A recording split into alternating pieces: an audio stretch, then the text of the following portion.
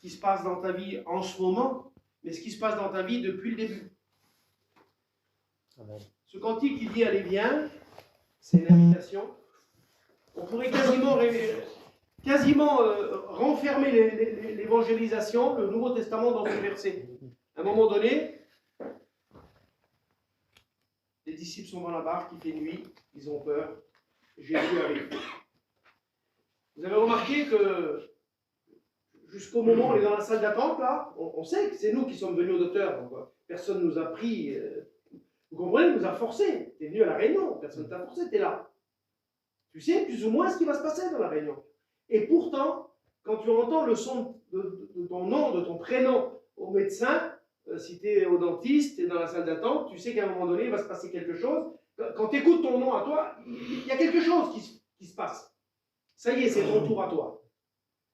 Je voudrais vous dire ça. Quand Jésus s'est approché, ils ont eu peur.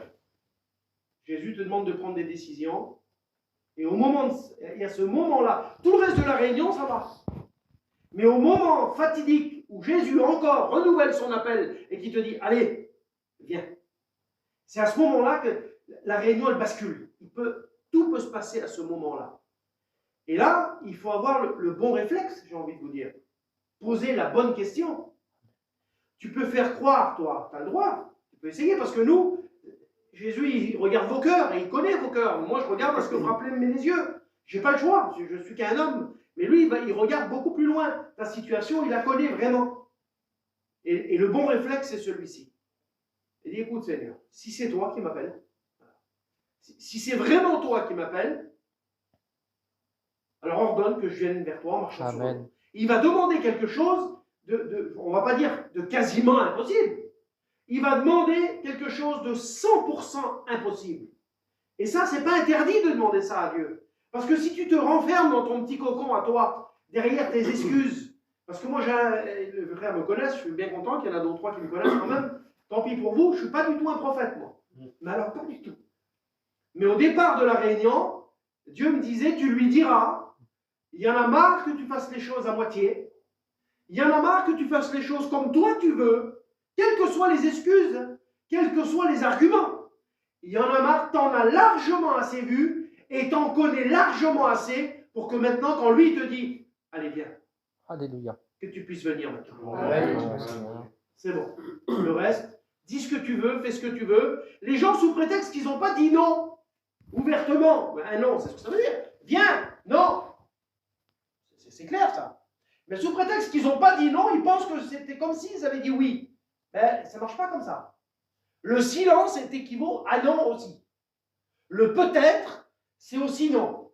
Demain, c'est aussi non. Qu'est-ce qui annule le non? Le oui. Amen. Amen. Alléluia. C'est j'accepte ou je refuse. Je suis d'accord ou pas. Nous, on argumente, on met de l'eau dans notre vin, on arrondit les angles, mais ça ne marche pas comme ça. Dieu, c'est viens. Et la suite, est-ce qu'on la connaît, la suite? Évidemment qu'on la connaît, la suite. Il a enjambé la barque et l'eau sous ses pieds, ton problème instable, inarrangeable, qui dure depuis bien trop longtemps, tout ça là, en une fraction de seconde, le temps d'enjamber la barque, c'est-à-dire une fraction de seconde, ça y est. Au moment où il a posé ses pieds, il a dit ça y est, ça marche. Amen. Tout ça, mais il fallait le faire. Hein. Moi, je me vois mal dans une barque en pleine nuit, et puis enjamber la barque et essayer de marcher sur l'eau. C'est le seul qui l'a fait, ni avant ni après, on n'écoute plus parler de ça. Donc, pourquoi pas faire une réunion différente de celle que tu as fait jusqu'à présent? Vous comprenez ça? Jésus est patient avec nous. Amen. Comment que Dieu est patient avec nous? J'ai écouté la prière du frère au début. Il disait, j'ai besoin que tu me parles. Mais qui pourrait prétendre le contraire ce soir? Chavo, t'as pas besoin que je te parle, toi? Samson, t'as pas besoin que je te parle, toi? Jackie, t'as pas besoin, c'est moi le premier. Les frères, l'épée à double tranchant. Pourquoi la double tranchant? Parce qu'elle est vivante, efficace, d'accord? Il y a un tranchant pour moi qui vous prêche la parole de Dieu, et il y a un tranchant pour vous. La réunion, c'est ça. Dieu est patient envers nous. Alors, il y a voilà, le mot qui avait sur mon cœur, c'était ça. Il y en a marre que tu fasses les affaires à ta façon, à toi. Ça ne marche pas comme ça. Souvenons-nous, rappelez-vous le premier livre de la Bible, après le déluge. Le livre ce livre-là, enfin en tout cas l'histoire là de Noé, nous rappelle aussi, hein, il arrivera de la même chose à l'avènement du Fils de l'homme, voilà, les temps d'aujourd'hui. Et à un moment donné, quand l'eau a commencé à diminuer, il fallait reprendre la vie après. Comment on fait? Il ne savait pas Noé qu'est-ce qui se passait dehors. La Bible dit dans le chapitre 8 qu'il va envoyer le corbeau.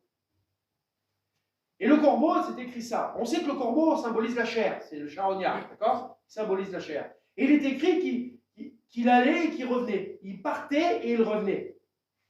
Si on ne prend pas de décision, sous prétexte qu'on est comme des chrétiens, on vient à la réunion, où je suis un chrétien découragé, rétrograde, excusez-moi, ça fait rire tout le monde, c'est une petite, voilà, politiquement correct. Le chrétien, non, le rétrograde au black. Mais ça existe. Si ça n'existerait pas, on n'en parlerait pas. Alors c'est une phrase qui est un peu rigolote. Mais il y a des chrétiens qui, parce qu'il y a un programme, parce que je suis à la réunion, parce que je chante, parce que je joue de la musique, parce que je prie, parce que je... C'est pas ça qui fait de nous un chrétien. Ça s'appelle avoir l'apparence de la piété, ça. Si on en renie ce qui en fait la force, qu'est-ce qui fait que notre piété, elle est valable? C'est si on ne renie pas ce qui est marqué dans la parole de Dieu. La parole de Dieu, c'est Jésus. Apocalypse 19, 13, son nom est la parole de Dieu. D'accord? Alors, je ne peux pas faire les affaires à ma sauce à moi. Il faut que je fasse comme lui, il veut. Amen. D'accord? Je suis à la réunion, il y a un peu de spirituel. Ça marche. Oui, mais quand je repars, le corbeau. Venant et repartant. Vous comprenez? Il y a des allers-retours. Je fais comme je veux. Je cloche. J'ai un pied sur le trottoir et un pied sur la route. Ça ne marche pas avec Dieu. On ne fait pas comme on veut.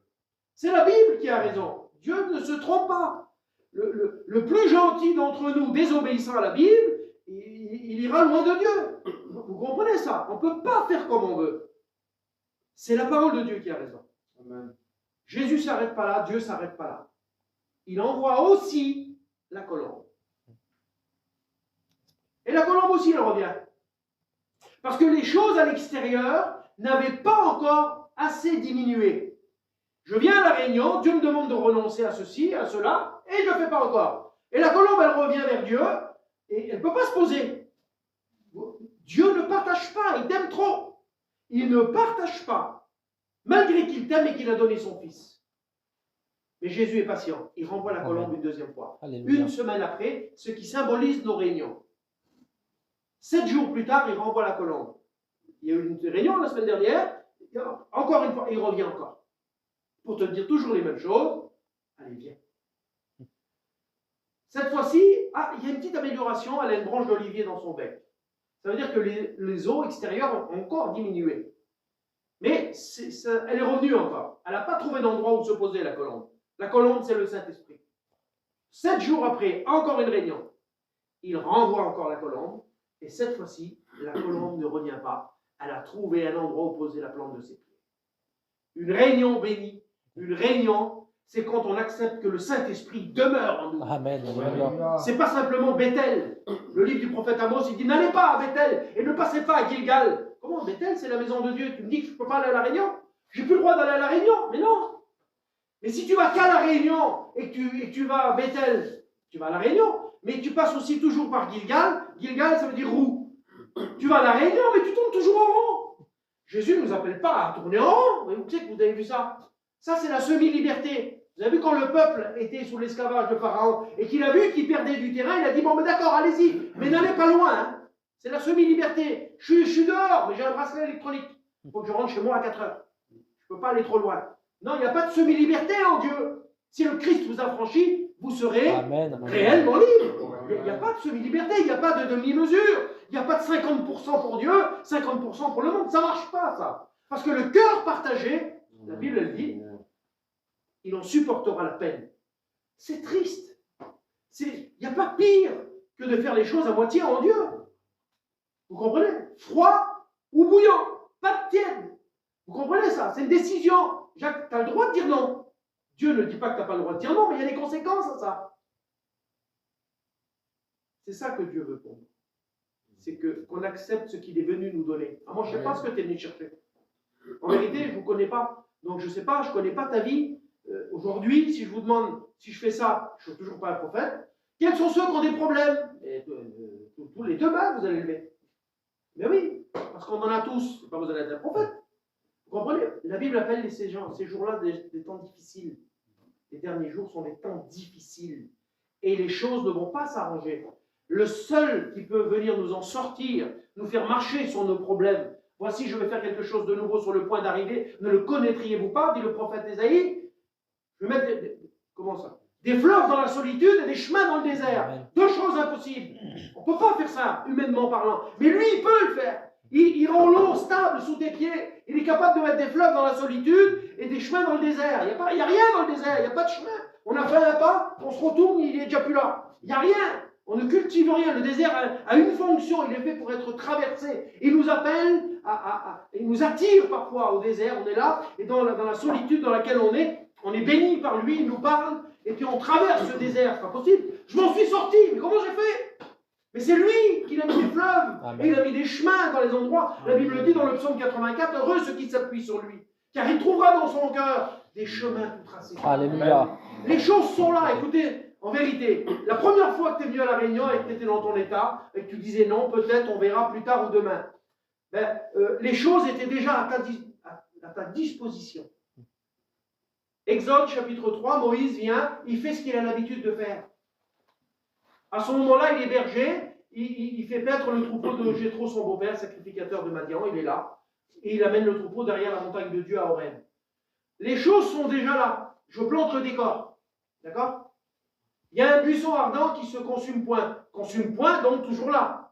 Le feu, il était là il y a 1 heure. Ah ben, il n'y en a plus. Ben oui, mais le feu, ça... Non, le feu de Dieu, la volonté de Dieu, le plan de Dieu, la direction de Dieu, la délivrance de Dieu, le salut de Dieu, ça ne consume point. Amen. Vous comprenez bien que l'efficacité de la croix il y a 2000 ans, elle est la même ce soir. Amen.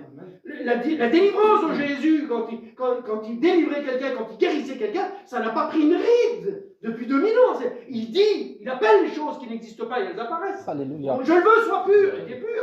Comment? 20 ans de vie chrétienne. Mais oui. Non, vous comprenez, les années, c'est rien. C'est nous qui mettons des étiquettes par rapport à tout ça.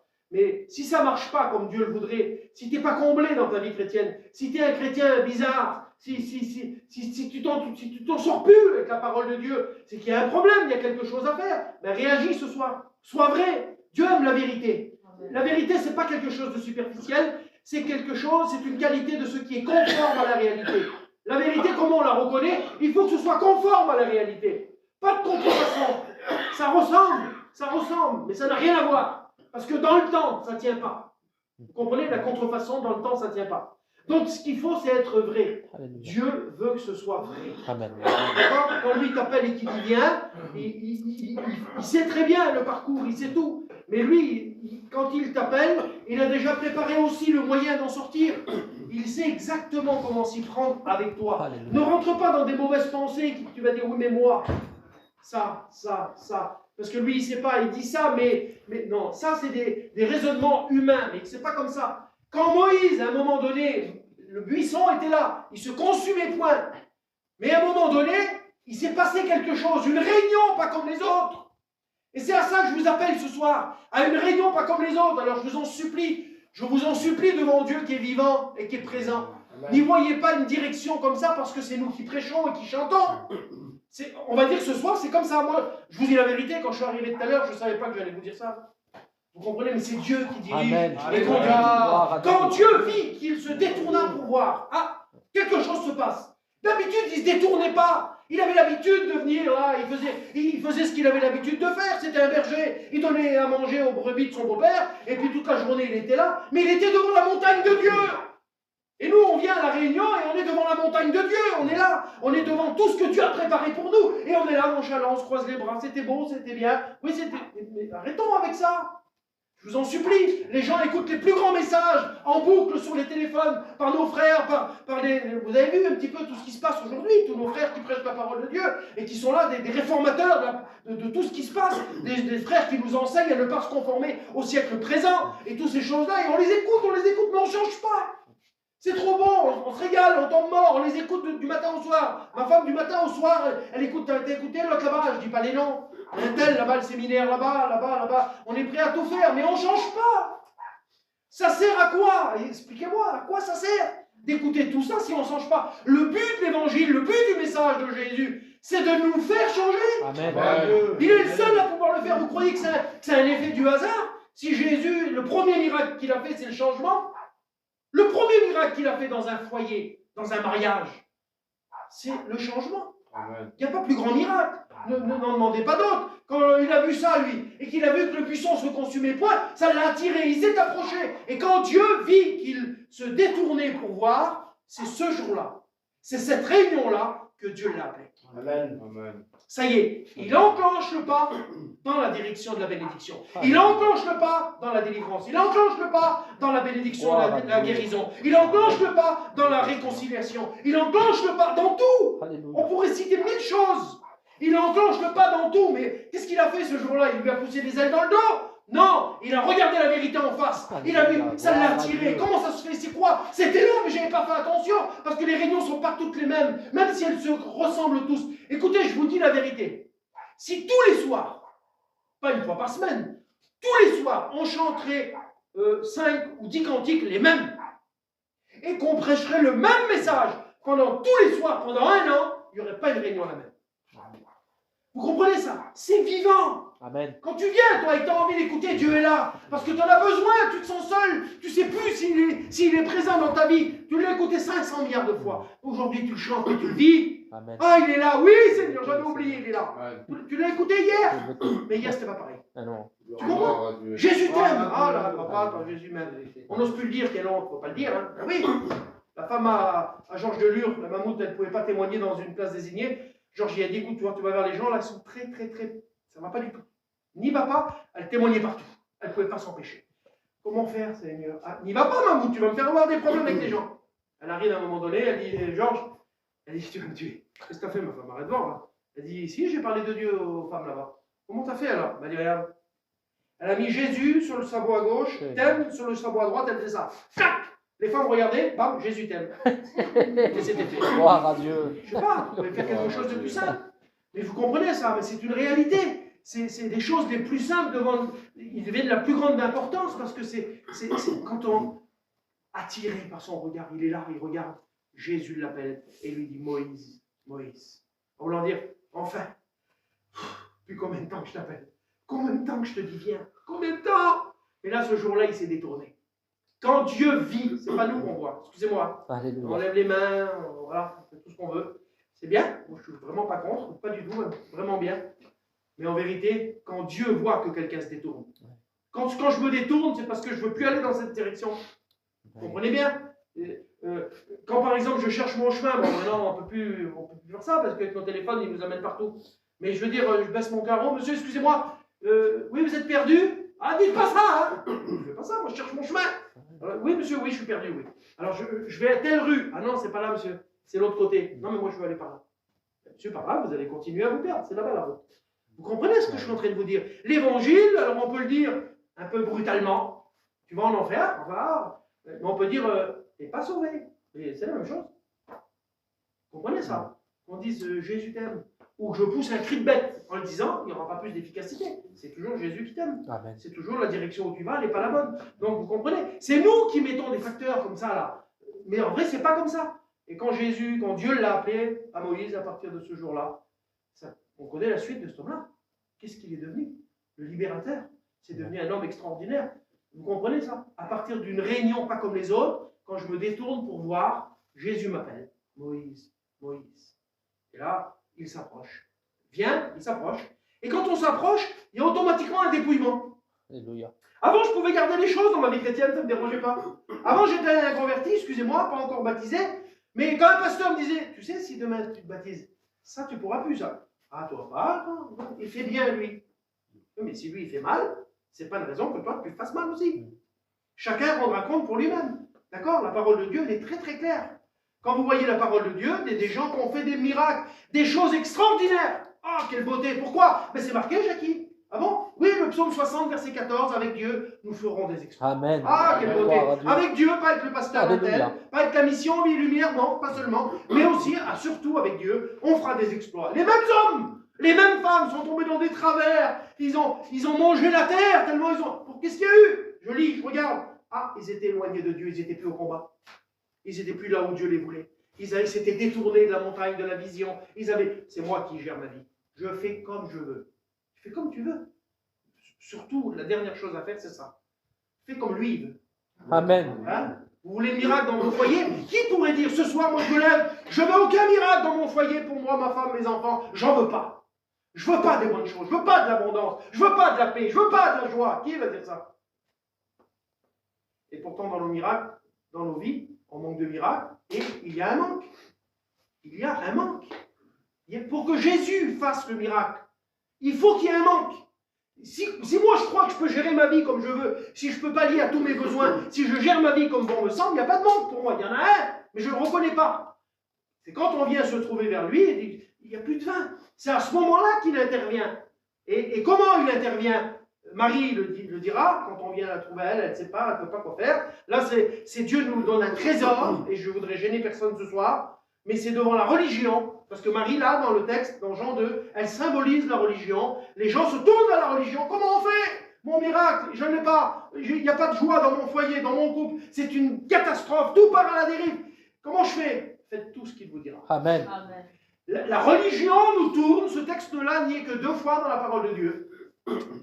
Une fois dans le livre de la Genèse, c'est Joseph qui là typifie le monde, parce que c'est l'Égypte à ce moment-là.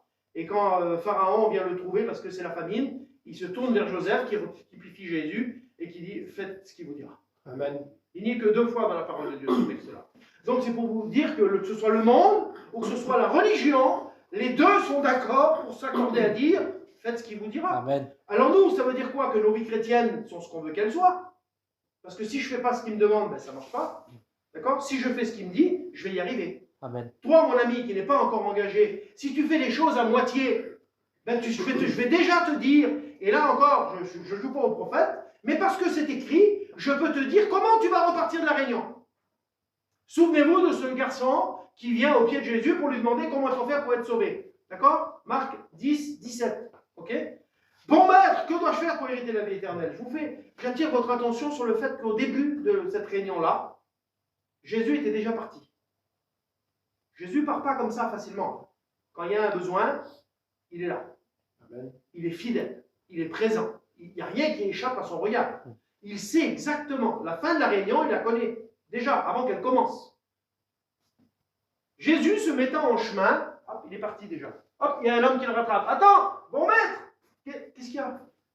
Qu'est-ce qu'il faut que je fasse pour être sauvé? Il dit, écoute, il sait très bien qui c'est qu'il a affaire. Il est comme toi, il a affaire à un homme qui fait les choses à moitié comme lui veut. Et il croit que ça marche comme ça. Alors comme il se dit, lui, regardez comment il se met dans le panneau tout seul. Et il dit, observe les commandements. Et puis le Seigneur, il en cite 6 sur 10, c'est pas mal. 60% de réussite dans ma vie. C'est pas trop mal. Il dit ça, Seigneur, j'ai fait ça toute ma vie. Il est en train de dire, moi, de faire les choses à moitié. Ah, c'est ma spécialité. Il n'y a pas meilleur que moi pour faire les choses à moitié. C'est ce qu'il est en train de dire, dans une façon de voir les choses, mais c'est comme ça. Il n'y en a pas 6 des commandements, il y en a 10. Mais en voulant dire, si tu fais les choses à moitié, si tu dis peut-être, on verra plus tard, ou je ne suis pas prêt, ah, il n'est pas beau le mot là, mais tu ne seras jamais prêt.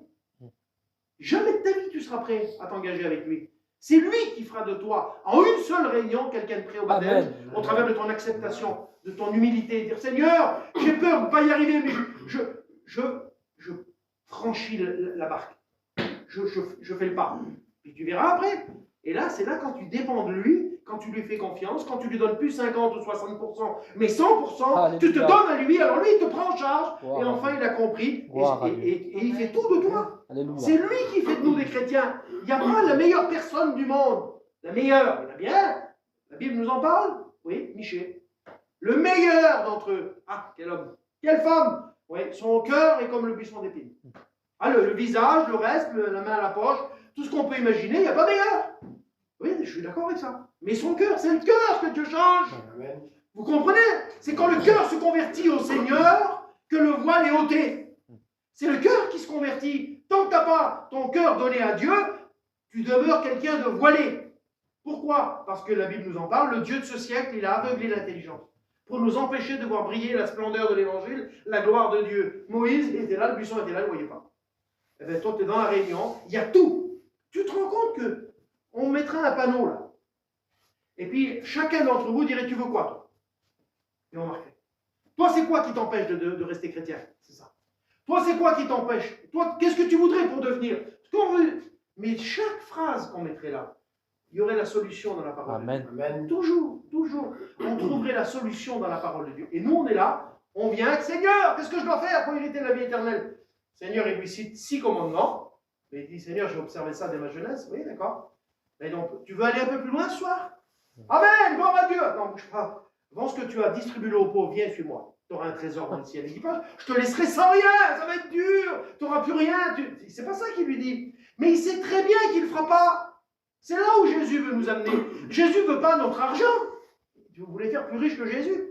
C'est pas une question de ça. Ça peut être de l'argent, mais ça peut être autre chose. Un caractère. J'ai raison. Ça peut être autre chose. Une religion. Ça peut être la famille. Ça peut être beaucoup de choses. Distribue-le aux pauvres, puis viens et suis-moi. Et tu auras un trésor dans le ciel. Comment il repart? Comment il repart de la réunion comme là? Eh bien, ceux qui refusent ce que Jésus a pour eux, vous pouvez tourner ça de la manière dont vous voulez, vous repartez de la réunion tout de suite. Pourquoi? Parce que vous allez à Bethel et vous passez à Gilgal. Vous tournez en rond. Qu'est-ce qu'il faut faire alors? Il y a Bethel, maison de Dieu. Ce que Dieu veut, c'est que tu repartes avec El Bethel, le Dieu de la maison. C'est-à-dire que quand tu viens, toi, tu le prends avec toi et tu le ramènes chez toi. Amen. Et là, le Dieu de la maison, le Dieu des miracles, là, il repart avec toi. C'est pas juste une heure à la réunion. C'est pas juste ça. Non, c'est une vie ici-bas qui va nous emmener dans le ciel. On ne peut pas prétendre vouloir aller au ciel, vivre l'éternité avec quelqu'un si on ne veut déjà pas passer quelques heures avec lui sur la terre.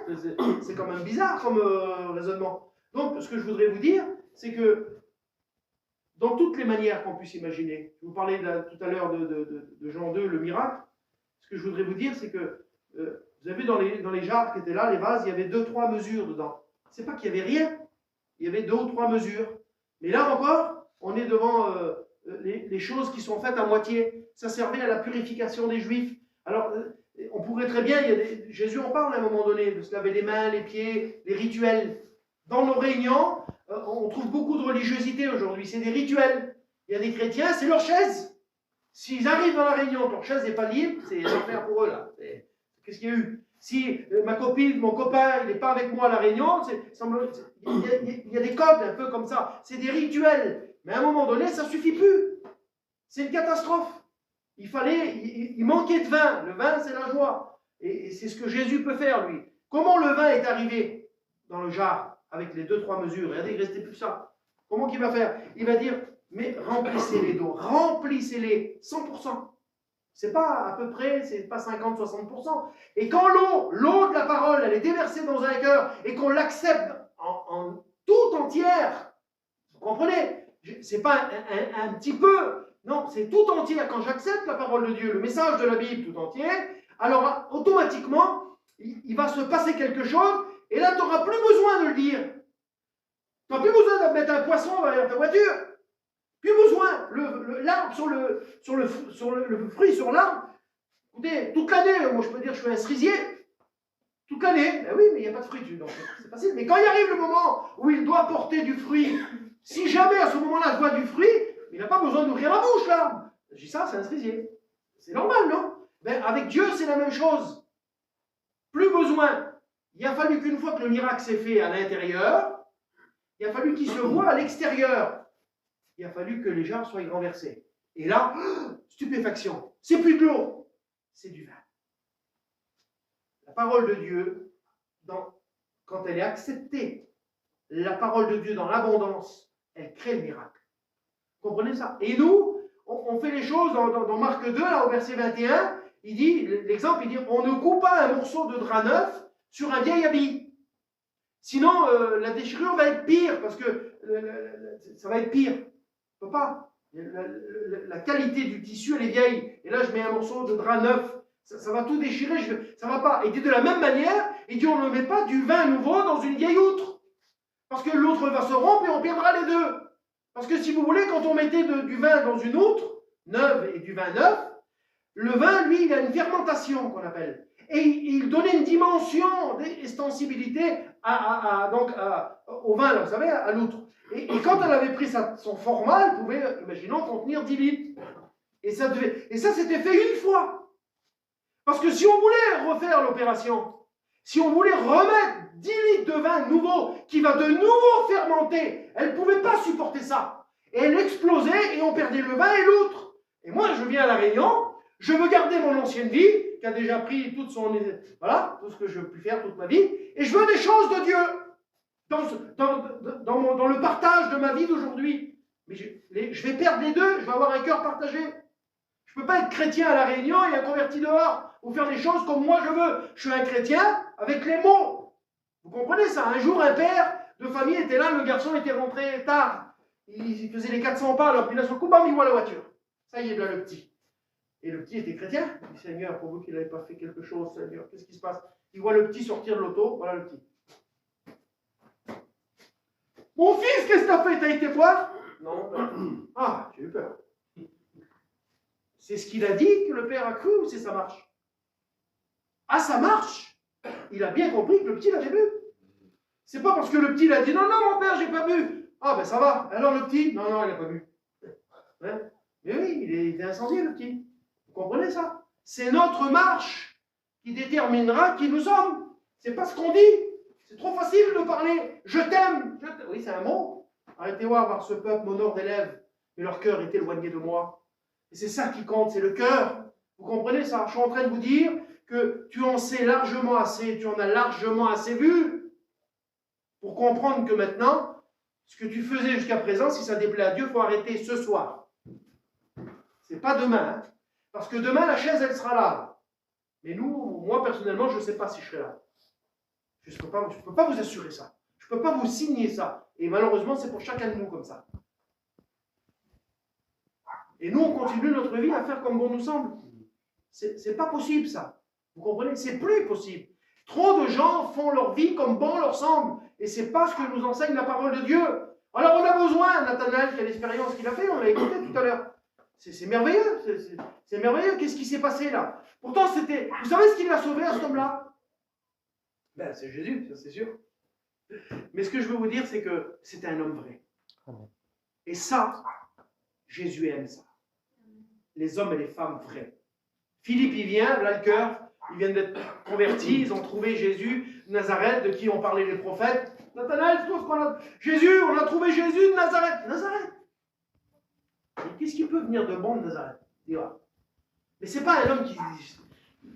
Cet homme-là, il était entier. Il savait très bien que de Nazareth, il venait rien de bon. C'était une très mauvaise ville, Nazareth. On disait à des hommes avec qui, par exemple, ils avaient un conflit, ils disaient, tiens, je te souhaite de te marier avec une fille de Nazareth. Quand il avait dit ça, imaginez-vous la réputation de Nazareth. C'était un endroit malfamé, c'était des gens qui venaient travailler, c'était des gens qui étaient là pour un gain sordide, c'était des gens, bref, très peu recommandables. Ils savaient qu'ils pouvaient rien. C'est pour ça que Jésus est venu de là. C'est vraiment la raison pour laquelle Jésus est venu de là. Parce qu'il savait que c'était un endroit où la seule chose qui est venue de bon de Nazareth, c'est Jésus. Amen. C'est la seule chose. Donc cet homme-là, il dit les choses qu'il pense. Quand Jésus vient, et qu'il lui dit, qu'il lui parle, il dit, voici un Israélite dans lequel il n'y a point de fraude. Il connaît ce qu'il y a dans son cœur. Il aurait pu dire là, qui c'est que j'ai en face de moi, même si je ne suis pas d'accord avec, bon, ça va, je ne vais rien dire. Non, mais cet homme-là, il est vrai. Il dit, mais tu me connais d'où, toi? Il dit, ouais, d'où tu me connais, toi, pour dire que je suis bon et que je suis entier et que je suis vrai? Tu ne me connais pas, toi. Alors Jésus lui prouve qu'il connaît. Il lui dit, tu sais, Nathanaël, avant que Philippe ne t'appelle, quand tu étais sous le figuier, moi je t'ai vu. Amen, alléluia.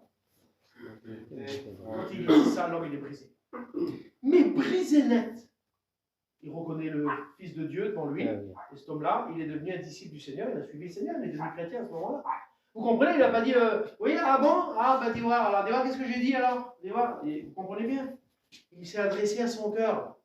Il a compris que la prière secrète qu'il a fait sous le figuier, parce qu'il y a plusieurs figuiers en Israël, et celui-ci, ça devait être un figuier un peu cloche, comme ça, là, sous des grandes feuilles qui tombent au sol. Donc il savait qu'il n'y avait pas un homme qui aurait pu le voir. Le seul qui était capable de le voir et d'entendre ce qu'il avait dit, c'était Dieu. Amen. Donc quand Jésus lui dit, avant que Philippe t'appelle, moi je t'ai vu. Je sais ce que tu veux. Je sais ce que tu cherches. Je sais où tu veux en venir. Je connais tes intentions. Je connais ton cœur. Il connaît tout. On ne peut pas tromper Jésus. Vous comprenez? Et ça, c'est un bon exemple pour nous. Vous comprenez ça? Amen. Parce que de la même manière qu'il se met en chemin pour un jeune homme qui sait déjà qu'il va repartir tout triste avant la fin de la réunion, de la même manière, quand il voit un homme qui fait des milliers de kilomètres, acte 8, 26, l'Éthiopien qui vient à Jérusalem pour adorer, là, il va déplacer Philippe, il dit, va là-bas, sur le chemin qui descend de Jérusalem à Gaza, celui qui est désert, il y a un homme qui me cherche, vas-y vite. Vous comprenez ça? Là, il déplace un serviteur de Dieu qui est en pleine campagne d'évangélisation. Mais il y a une âme qui le cherche, une âme qui est vraie. Un homme qui, lui, malgré son rang, malgré ses moyens et sa richesse, surintendant de tous les trésors de la reine d'Éthiopie, ministre de Candace, lui, il n'a pas eu peur de distribuer aux pauvres tous les trésors qu'il avait. Il a réuni son argent, son char, son temps. Il a pris un moment exprès pour venir adorer. Donc il sait que c'est un homme qui est prêt à payer le prix. Donc quand Jésus il envoie son serviteur là-bas, ben, c'est du tout cuit. Hein. La réunion, elle est d'office. Amen. Il s'approche, et puis quel exemple pour nous. Et quand Jésus nous montre un exemple, il va au bout des choses. Jésus s'approche, il est en train de lire Philippe s'approche et il est en train de lire une portion du prophète Ésaïe. Et puis l'homme lui demande, il dit, comprends-tu ce que tu lis? Mon frère, tu ne sais pas à qui tu parles. À 25 ans que je suis chrétien. Ah, alors, il ne faut pas dire que tu marches des fois dans la mauvaise direction. Hein. Ben si, je te le dis, tu marches dans la mauvaise direction. Tu comprends ça? Je suis un ministre, tu me demandes à moi si je sais lire. Non. Je suis en train de te demander si tu as compris ce que tu lis. Et là, c'est complètement différent. Lire et comprendre, c'est complètement différent. Et on va le voir dans l'histoire. Comment le pourrais-je si personne ne m'explique? Quel homme humilié, quel homme vrai. Il veut la vérité, cet homme-là. C'est pour ça qu'il est venu à la réunion. C'est pour ça qu'il est venu à Jérusalem. C'est pour ça qu'il a tout mis en œuvre. Il ne cherche pas autre chose. Il veut la vérité, il veut s'en sortir.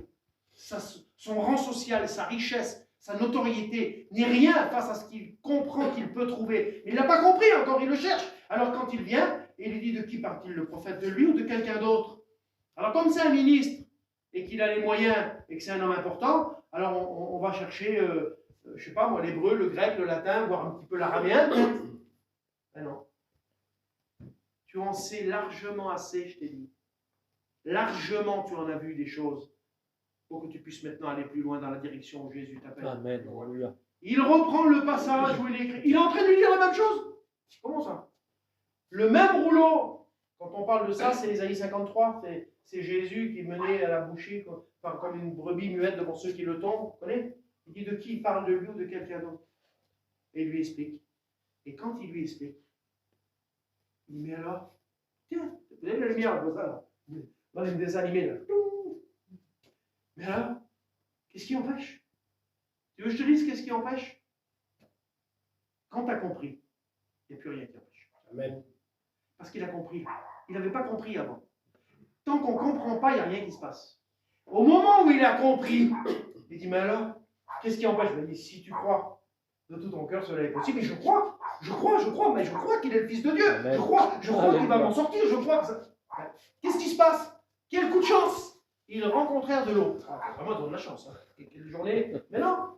Jésus prépare tout dans l'ordre chronologique de ta vie. Il sait à quel moment il faut mettre un buisson ardent. Il sait à quel moment il faut que tu enjambes la barque. Il sait à quel moment il te dit viens. Il sait à quel moment il te dit tout.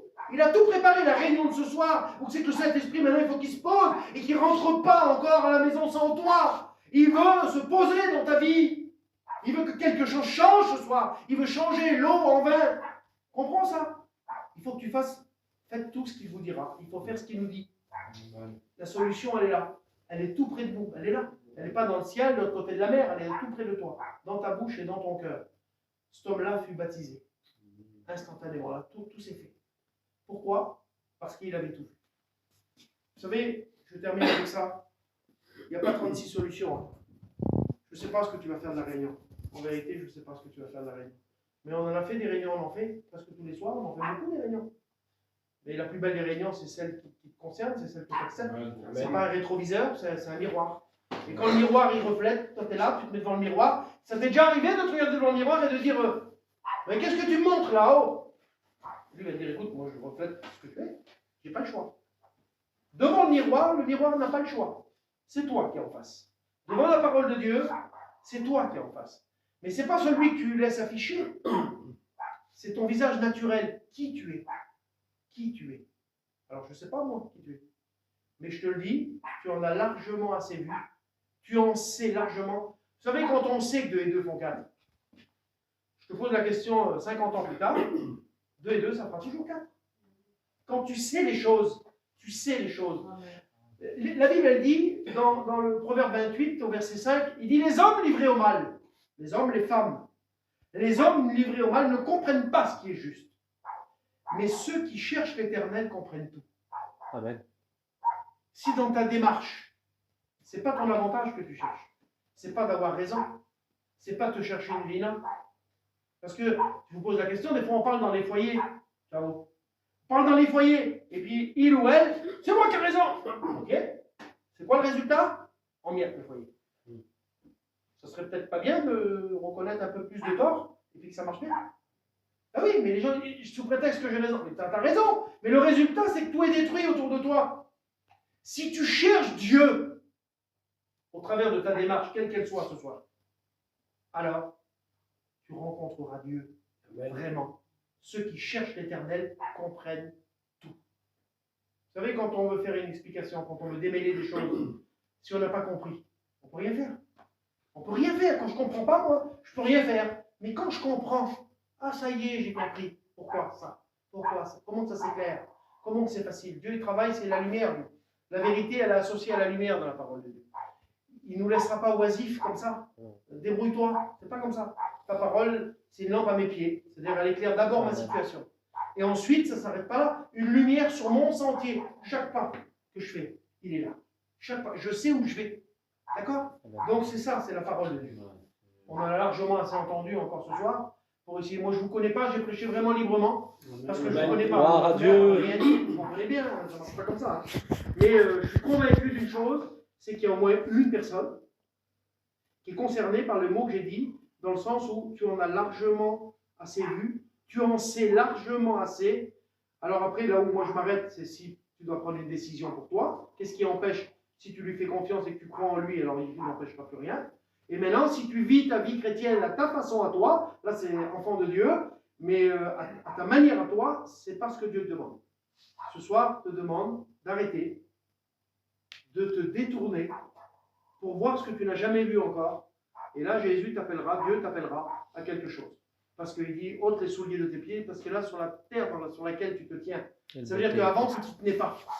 Tu n'étais pas sur cette terre-là. Mais là, tu t'y tiens. Donc, il faut enlever les chaussures. D'accord? Donc, ça veut dire que la marche, elle va changer. Amen. Alléluia. C'est ça que Dieu nous appelle ce soir. Amen. Alors, je voudrais qu'on puisse prier le Seigneur. Vous voulez? On retourne, maître. On couvre nos fronts, s'il vous plaît.